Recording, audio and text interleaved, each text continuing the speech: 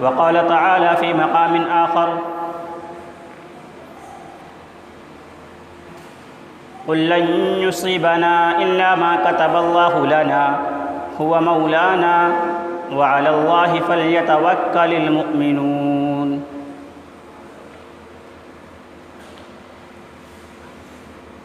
برادران اسلام، حاضرین جمعہ، پردہ نشین باعزت خواتین اسلام، ہر قسم کی حمد و ثنا، کبریائی، بڑائی اور بزرگی اللہ رب العالمین خالق کائنات مالک ارض و سما کے لیے لائق و زیبا ہے۔ درود و سلام نازل ہوں رب العالمین کے مبعوث کیے گئے تمام انبیاء علیہم السلام پر، خصوصاً اللہ رب العالمین کے آخری رسول احمد مجتبیٰ محمد مصطفیٰ صلی اللہ علیہ وسلم پر۔ اللہم صلی علی محمد وعلی آل محمد کما صلیت علی ابراہیم وعلی آل ابراہیم انک حمید مجید۔ اللہم بارک علی محمد وعلی آل محمد کما بارکت علی ابراہیم وعلی آل ابراہیم انک حمید مجید۔ حاضرین جمعہ، گزشتہ خطبہ جمعہ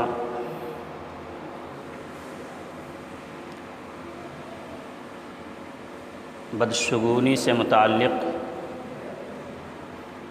کچھ باتیں آپ کے سامنے بیان کی گئی تھی، جس میں یہ کہا گیا کہ لوگوں نے اللہ رب العالمین کے علاوہ نفع اور نقصان کا مالک اپنی من گھڑت باتوں میں سمجھ لیا ہے۔ کوئی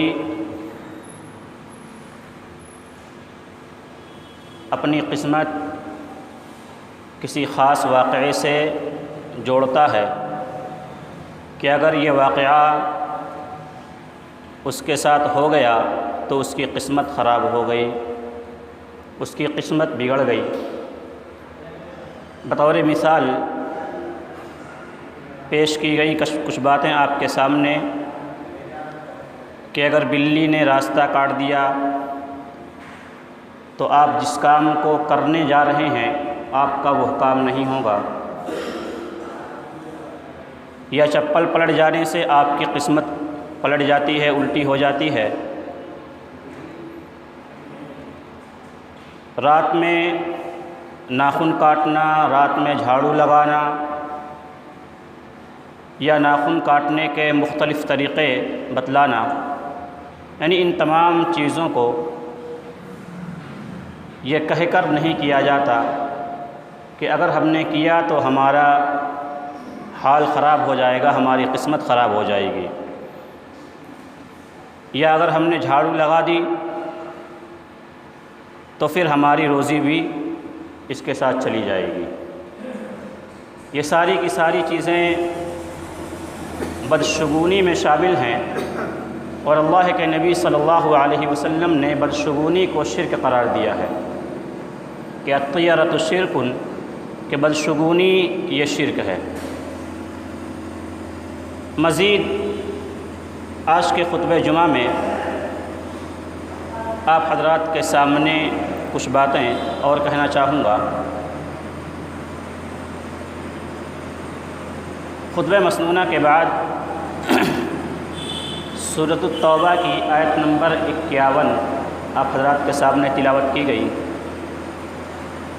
اللہ تبارک و تعالی نے اپنی نبی کی زبانی کہلوایا: قل لن يصيبنا الا ما كتب الله لنا هو مولانا وعلى الله فليتوكل المؤمنون۔ کہ نبی کریم صلی اللہ علیہ وسلم آپ کہہ دیجئے لن يصيبنا الا ما كتب الله لنا،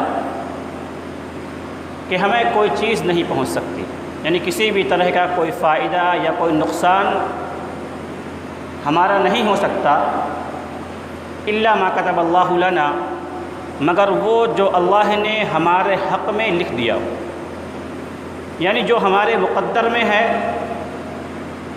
ہمیں اتنا ہی فائدہ یا نقصان ہونے والا ہے۔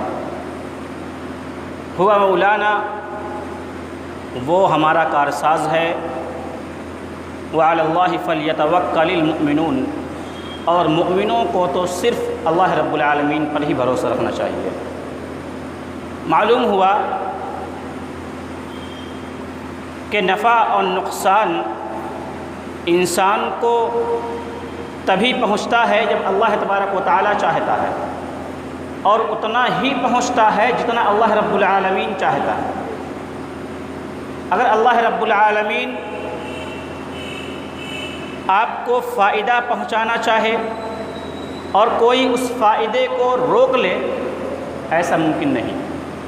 اللہ آپ کو نقصان پہنچانا چاہے، کوئی اس نقصان کو روک لے، ایسا ہرگز نہیں، کیونکہ یہ تصرفات اللہ رب العالمین نے کسی کے ہاتھ میں نہیں دی۔ یہ تصرفات صرف اور صرف باری تعالیٰ کی ذات میں ہے۔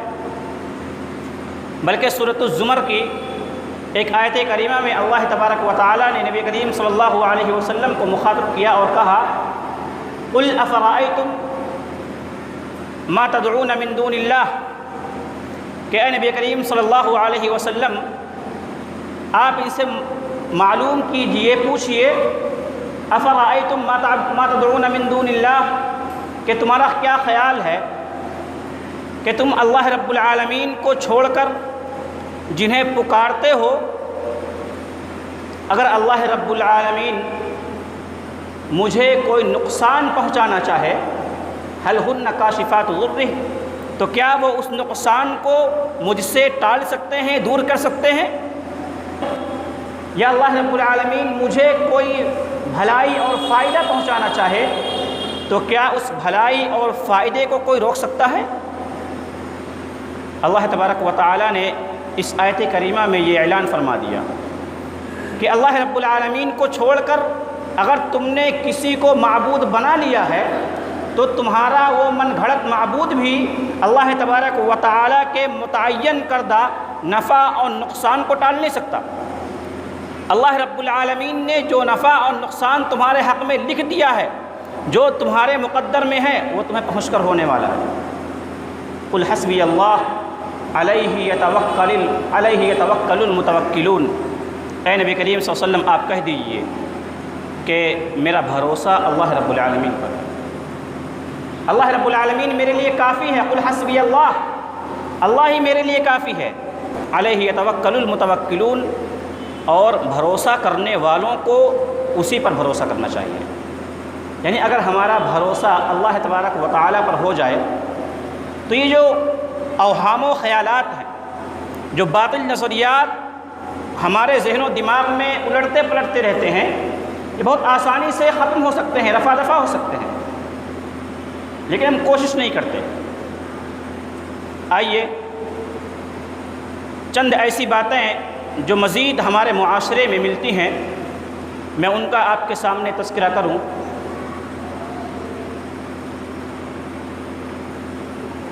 سورج گرہن اور چاند گرہن، یہ اللہ تبارک و تعالیٰ کی نشانیوں میں سے دو نشانیاں ہیں۔ جب اللہ تبارک و تعالیٰ چاہتا ہے تبھی سورج اور چاند کو گرہن لگتا ہے۔ زمانہ جاہلیت میں یہ عقیدہ پایا جاتا تھا کہ سورج گرہن اور چاند گرہن یہ کسی بڑے آدمی کی موت و حیات سے تعلق رکھتا ہے، اس کی وجہ سے یہ سورج گرہن یا چاند گرہن لگتے ہیں۔ یہ زمانہ جاہلیت کے لوگوں کا عقیدہ تھا۔ اس کے علاوہ اور کوئی عقیدہ میرے علم میں نہیں ہے کہ زمانہ جاہلیت کے لوگ رکھتے ہوں، لیکن ہمارے سماج اور معاشرے میں سورج گرہن اور چاند گرہن کے وقت ایسے عقائد پائے جاتے ہیں جن عقائد کا شریعت اسلامیہ میں کوئی تصور نہیں ہے، خصوصاً حاملہ عورتوں سے متعلق، کہ حاملہ عورتوں پر اتنی پابندیاں عائد کر دی جاتی ہیں جب سورج گرہن اور چاند گرہن لگتا ہے کہ تمہیں گھر سے باہر نہیں نکلنا ہے، کوئی کام نہیں کرنا ہے، کوئی ہتھیار لوہے کی چیز استعمال نہیں کرنا، چھری اور چاقو سے کوئی چیز نہیں کاٹنی ہے۔ اگر تم نے انہیں استعمال کر لیا تو تمہارے پیٹ میں جو بچہ ہے اس کو نقصان ہو سکتا ہے، وہ ناقص پیدا ہوگا، اور بعض جگہوں پر تو یہ عقائد پائے جاتے ہیں کہ اگر حاملہ عورتیں چاقو یا چھری استعمال کر لیں تو ان کے پیٹ سے جو بھی بچہ پیدا ہوگا اس کا ہونٹ کٹا ہوا ہوگا۔ کیا ہماری قسمت، ہمارے بچے کی قسمت چھری اور چاقو پر لٹک رہی ہے کہ اگر ہم نے اسے استعمال کرنے دیا تو ہمارا بچہ ناقص، اور اگر استعمال نہیں کیا تو مکمل پیدا ہو؟ یہ کیسا عقیدہ ہے؟ یہ ہمارے گھروں میں، ہماری عورتوں میں پایا جاتا ہے۔ بلکہ خود میری اہلیہ کو یہ بات کہی گئی ابھی حال میں، کہ یہیں آپ ہی کے شہر کی بات کر رہا ہوں میں، وہ کسی کے یہاں گئی تھیں اور مشورہ دیا کہ چاند گرہن غالباً لگا ہوا تھا، گھر سے باہر مت نکلنا، چھری اور چاقو استعمال مت کرنا، سیڑھی پر چلنے سے منع کر دیا، سیڑھی پر بھی نہیں چلنا تمہیں۔ کیا عقائد ہیں؟ اور وہ عورتیں اہل الحدیث کی گھروں کی عورتیں ہیں۔ اور حاملہ عورتوں کے بارے میں ایک نظریہ اور پایا جاتا ہے کہ اگر خوبصورت بچہ پیدا کرنا چاہتی ہیں، وہ چاہتی ہیں کہ ہمارے گھر میں کوئی خوبصورت بچہ پیدا ہو تو کسی خوبصورت کی مرد کی یا کسی کی تصویر لگا لو، اس کو دیکھتے رہو اور خوبصورت بچہ پیدا ہوگا۔ یا سورہ یوسف کی تلاوت کی جائے، یوسف علیہ السلام کے بارے میں آتا ہے نہیں کہ اللہ تبارک و تعالیٰ نے انہیں آدھا حسن عطا فرمایا تھا کہ سورہ یوسف کی تلاوت کرو بچہ خوبصورت پیدا ہوگا۔ نبی کریم صلی اللہ علیہ وسلم کے بارے میں آتا ہے کہ آپ عائشہ صدیقہ رضی اللہ تعالیٰ عنہ سے کہا گیا کہ یوسف علیہ السلام کو دیکھ کر عورتوں نے ہاتھ کاٹ لیے تھے۔ عائشہ صدیقہ نے کہا کہ اگر پیارے حبیب کو دیکھتی تو۔ نبی کریم صلی اللہ علیہ وسلم کی خوبصورتی کا کیا کہنا؟ اگر سورہ یوسف پڑھنے سے بچہ آپ کے گھر میں خوبصورت پیدا ہو تو سورہ محمد پڑھنے سے تو اور زیادہ خوبصورت پیدا ہوگا نا۔ اور ایک اور عقیدہ کہ سورہ مریم کی تلاوت کرنی چاہیے حالت حمل، دوران حمل انہیں سورہ مریم کی خصوصاً تلاوت کرنی چاہیے۔ اس سے کیا ہوگا؟ کہتی ہیں اس سے بچے کی پیدائش میں آسانی ہوگی۔ یہ بھی باطل نظریہ ہے۔ اللہ رب العالمین سے دعائیں کی جائیں، اللہ رب العالمین سے توبہ استغفار کیا جائے، وہ تمام معاملات کو آسان کرنے والا ہے۔ وَمَن يَتَّقِ اللَّهَ يَجْعَل لَّهُ مَخْرَجًا، اللہ رب العالمین کا تقوی اختیار کرو، وہ تمہارے لیے نکلنے کے آسان راستے مہیا کر دے گا۔ تو سورہ مریم پڑھنے سے، سورہ یوسف پڑھنے سے یا سورہ محمد پڑھنے سے گھروں میں بچے خوبصورت پیدا نہیں ہوتے، بلکہ یہ اس کی تقدیر میں لکھا ہوا ہے۔ یہ اللہ رب العالمین کے حکم سے کہ اللہ رب العالمین جسے چاہے مکمل پیدا کرے، جس کو چاہے ناقص پیدا کرے، جسے چاہے پیدائش سے پہلے ہی اللہ رب العالمین زائل کر دے۔ اس کے علاوہ ہمارے سماج اور معاشرے میں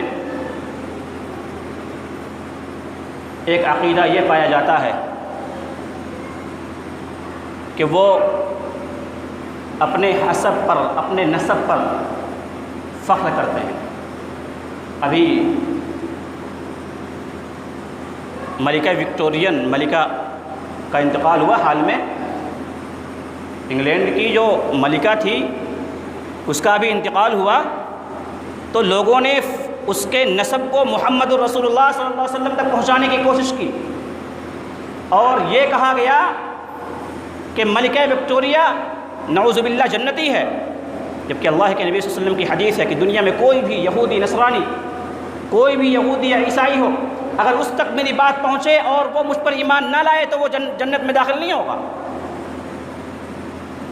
اور اس عیسائی عورت کو کہا جا رہا ہے اس کا نسب محمد رسول اللہ صلی اللہ علیہ وسلم تک پہنچا کر کہ وہ جنتی ہے۔ اللہ کے نبی صلی اللہ علیہ وسلم نے فرمایا کہ یہ فخر، نسب پر فخر کرنا، یہ میری امت آسانی سے نہیں چھوڑے گی۔ اربع فی امتی من امر الجاہلیہ، زمانے جاہلیت کے 4 امور ایسے ہیں جنہیں میری امت آسانی سے نہیں چھوڑے گی۔ الفخر فی الاحساب، حسب نسب پہ فخر کرنا، آج ہم فخر کرتے ہیں حسب نسب کی بنیاد پر نبی کریم صلی اللہ علیہ وسلم کی اس حدیث کو ہم بھلا بیٹھے ہیں، قرآن کریم کی اس آیت کریمہ کو جس میں یہ کہا گیا انما المؤمنون اخوہ، کہ مؤمن ایک دوسرے کے بھائی بھائی ہیں۔ ہم نسب کی بنیاد پر اپنے مسلمان بھائی کو بھائی تسلیم نہیں کرتے، ہم اس سے دشمنی بغض و عناد رکھتے ہیں۔ حسب و نسب کی بنیاد پر فخر کرنا، اللہ کے نبی نے کہا کہ یہ میری امت آسانی سے نہیں چھوڑے گی۔ والطعن فی الانساب، نسب میں طعنہ زنی کرنا، نسب کے ذریعے سے تیری ماں ایسی، تیری دادی ایسی، تیرے فلاں ایسی، تیری نانی ایسی، نسب کے ذریعے سے گالیاں دی جاتی ہیں، انہیں برا بھلا کہا جاتا ہے، اور یہ عام ہے، یہ زمانہ جاہلیت کے کام ہیں جو آج ہمارے سماج اور معاشرے میں پائے جا رہے ہیں۔ والاستسقاء بالنجوم، ستاروں کے ذریعے سے بارش طلب کرنا، آج بھی ستاروں کے ذریعے سے بارش طلب کی جاتی ہے، کہا جاتا ہے فلاں ستارہ فلاں جگہ پہنچے گا تو بارش ہوگی، اور لوگ اس پر اعتماد اور بھروسہ کر رہے ہیں کہ ہاں فلاں ستارہ اگر وہاں آ گیا، اس سے مل گیا تو بارش کا ہونا طے ہے۔ اللہ کے نبی صلی اللہ علیہ وسلم نے صلح حدیبیہ کے موقع پر فجر کی نماز پڑھائی، فجر کی نماز پڑھانے کے بعد آپ نے صحابہ کرام سے مخاطب کہا جانتے ہو تمہارے رب نے کیا کہا؟ هل تدرون ماذا قال ربکم، کیا تم جانتے ہو تمہارے رب نے کیا کہا؟ صحابہ کرام رضوان اللہ عنہم اجمعین نے کہا اللہ اس کے رسول بہتر جانتے ہیں۔ اللہ کے نبی صلی اللہ علیہ وسلم نے فرمایا کہ تمہارے رب نے کہا کہ جس شخص نے آج میرے بندوں میں سے جس نے صبح کی اس حالت میں کہ وہ یہ کہے کہ جو بارش ہوئی ہے یہ اللہ رب العالمین کی رحمت سے، اس کے فضل سے ہوئی ہے، تو اس نے مومن کی حالت میں صبح کی، اور جس نے یہ کہا کہ فلاں ستارے کی وجہ سے بارش ہوئی ہے تو اس نے میرا انکار کیا، اس نے کفر کی حالت میں صبح کی۔ اس حدیث میں اللہ کے نبی صلی اللہ علیہ وسلم نے بتلایا کہ ستاروں کے ذریعے سے اگر کوئی بارش طلب کرتا ہے، کوئی یہ کہتا ہے کہ فلاں ستارے کی وجہ سے بارش ہوئی ہے، تو وہ کافر ہے، اسے کافر قرار دیا گیا۔ اور آج یہ چیز ہمارے معاشرے میں پائی جاتی ہے کہ ہم ستاروں کے ذریعے سے یہ سمجھتے ہیں کہ بارش ہو رہی ہے، جبکہ بارش یہ اللہ رب العالمین کے ہاتھ میں ہے، وہ جب چاہے جہاں چاہے بارش برسائے۔ والنیاحہ، اس حدیث میں چوتھی چیز ذکر کی گئی، نوحہ کرنا، ماتم، سینہ کوبی، یہ بھی آج ہمارے سماج اور معاشرے میں موجود ہے کہ لوگ کسی بھی مصیبت کے آنے پر، کسی کے مر جانے پر ماتم کرتے ہیں۔ اللہ کے نبی صلی اللہ علیہ وسلم نے فرمایا کہ یہ چاروں ایسی چیزیں ہیں جو زمانہ جاہلیت میں پائی جاتی تھیں اور میری امت آسانی سے نہیں چھوڑے گی۔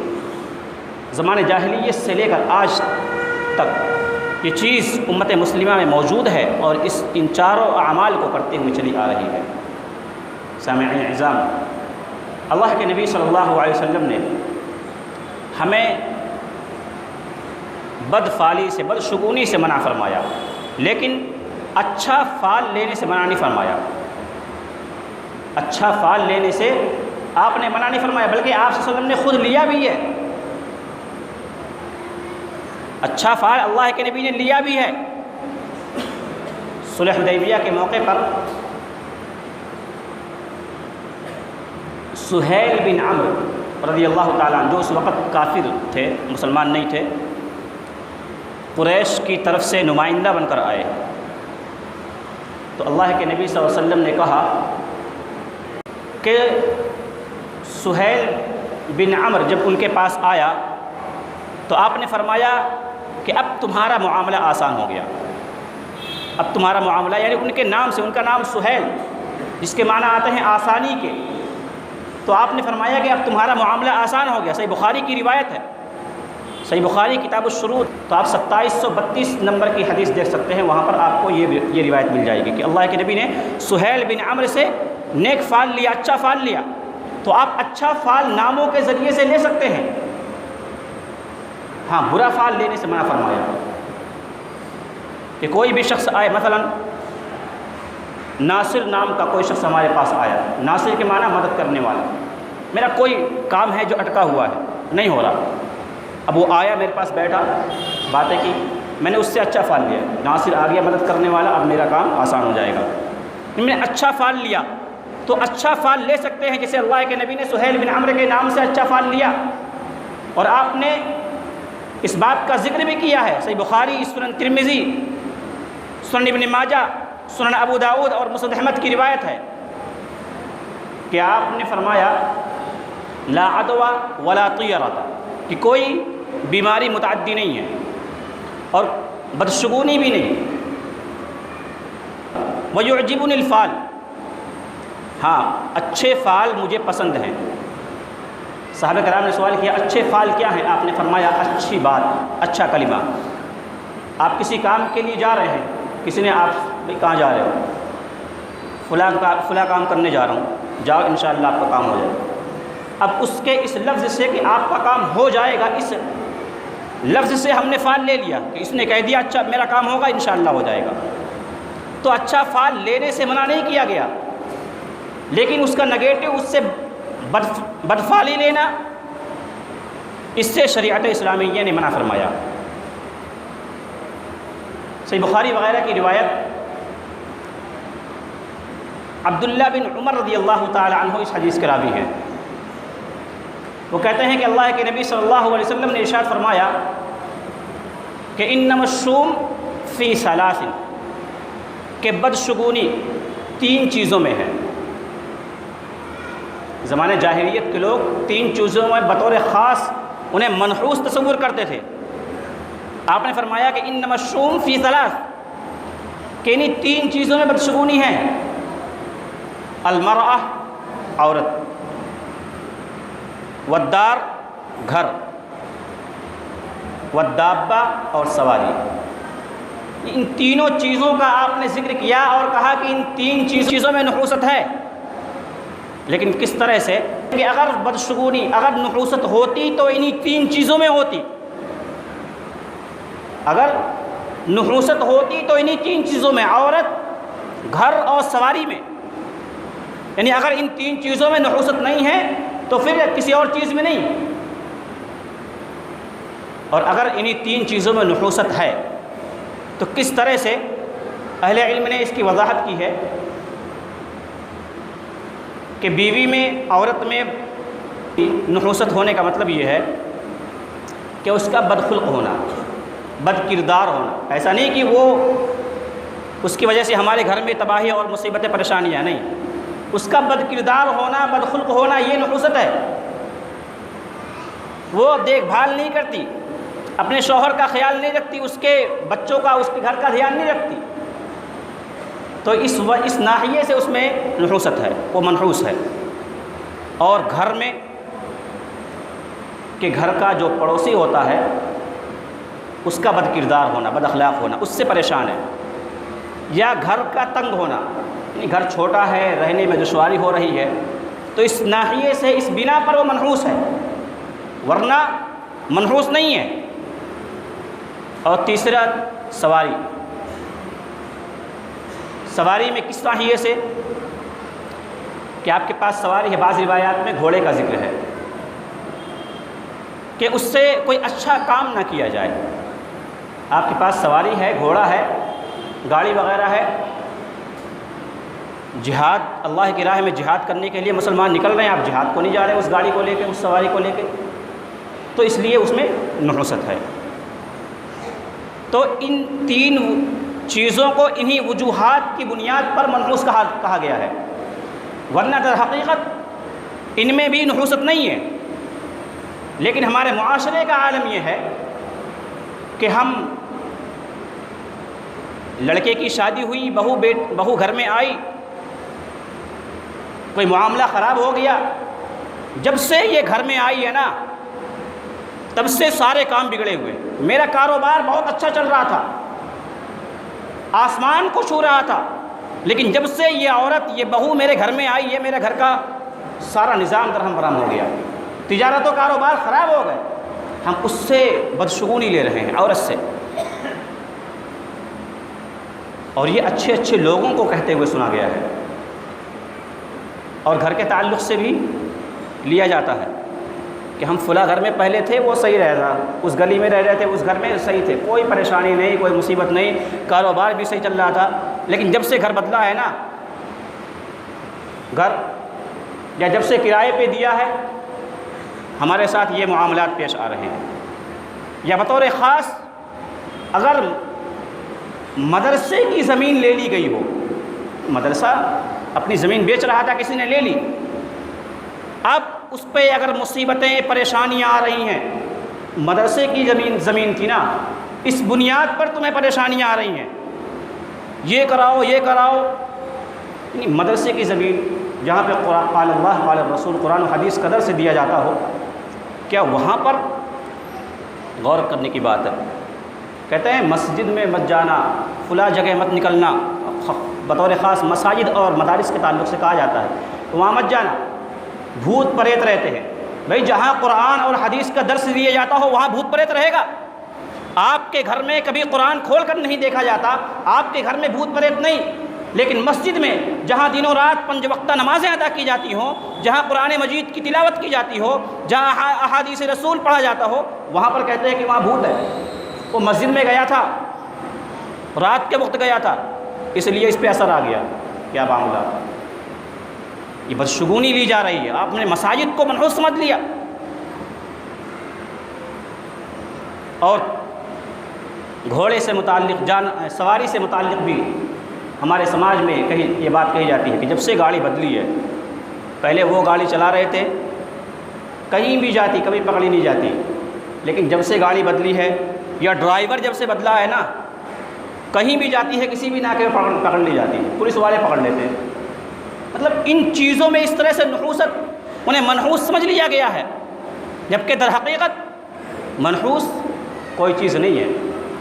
تو ان چیزوں سے ہمیں اجتناب کرنا چاہیے, بچنا چاہیے. میں نے ابتدا ہی میں اس لیے قرآن کریم کی آیت کریمہ آپ کے سامنے ذکر کی کہ اللہ تبارک و تعالی ہی نفع نقصان کا مالک ہے. اگر اللہ رب العالمین آپ کو چاہے فائدہ پہنچانا تو فائدہ پہنچے گا, اگر اللہ رب العالمین آپ کو نقصان پہنچانا چاہے تو نقصان پہنچے گا, اسے کوئی روک نہیں سکتا, ٹال نہیں سکتا. اور جو لوگ صرف اللہ رب العالمین پر بھروسہ کرتے ہیں, یعنی کسی بھی چیز سے, کسی چیز کو منحوس نہیں سمجھتے, کسی چیز سے بدشگونی نہیں لیتے, ان کے لیے بہت ہی بڑی خوشخبری سنائی گئی ہے. صحیح بخاری اور صحیح مسلم کی روایت ہے, بہت عظیم خوشخبری ہے.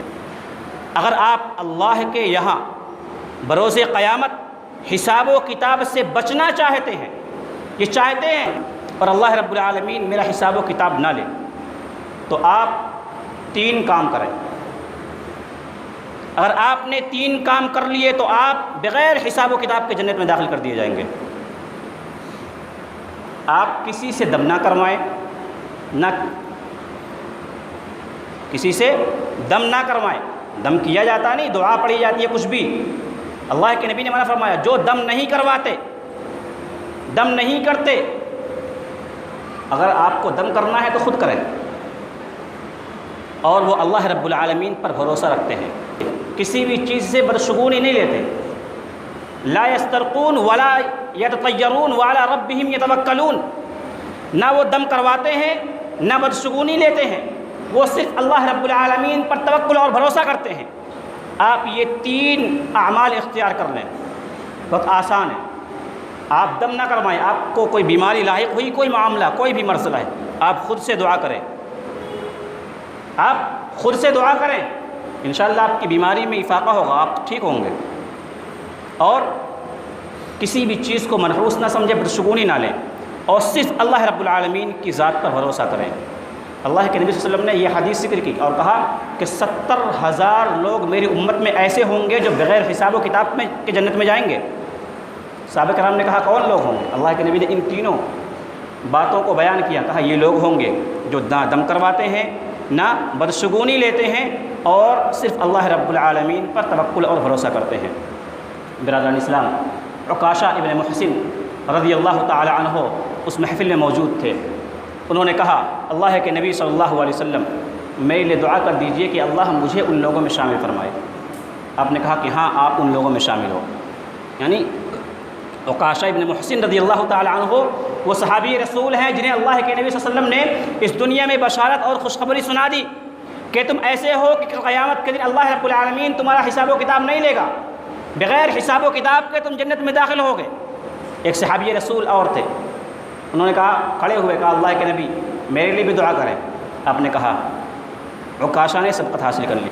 سامعین اعظام، ایک آخری بات میں ذکر کر کے اپنی بات ختم کروں گا، اور یہ نہایت ہی اہم بات ہے نظر بد سے متعلق، کہ نظر بد اس کا لگ جانا برحق ہے۔ نظر بد کا لگ جانا برحق ہے۔ ان العین حق، نظر بد کا لگ جانا یہ حق ہے، اور نظر بد سے بچانے کے لیے ہماری عورتیں اپنے بچوں کو ایک کالا ٹیکا لگاتی ہیں گال پر یا کہیں پر، کہ اس سے نظر بد سے حفاظت ہوگی، کسی کی نظر نہیں لگے گی، اور بعض جگہوں پر تھتکارا بھی جاتا ہے۔ یہ بھی بدشگونی ہے، اس سے بھی شریعت اسلامیہ نے منع فرمایا ہے، بلکہ شریعت اسلامیہ نے اس کا علاج بتایا کہ آپ کالا ٹیکا نہ لگائیں۔ صحیح بخاری کی روایت، اس کے علاوہ یہ حدیث دوسری بھی کئی کتب میں موجود ہے۔ سنن ترمذی کے حوالے سے آپ کو بتلاؤں، کتاب الطب حدیث نمبر 2060 نمبر پر یہ حدیث ہے۔ اور یہ جو دعا ہے، یہ دعا ابراہیم علیہ السلام اپنے بیٹوں اسحاق اور اسماعیل علیہ السلام کو کیا کرتے تھے۔ یعنی ابراہیم علیہ السلام اسحاق اور اسماعیل کو دم کیا کرتے تھے ان الفاظ کے ذریعے سے، اور اللہ کے نبی صلی اللہ علیہ وسلم بھی انہی کلمات سے حسن اور حسین رضی اللہ تعالی عنہما کو دم کیا کرتے تھے۔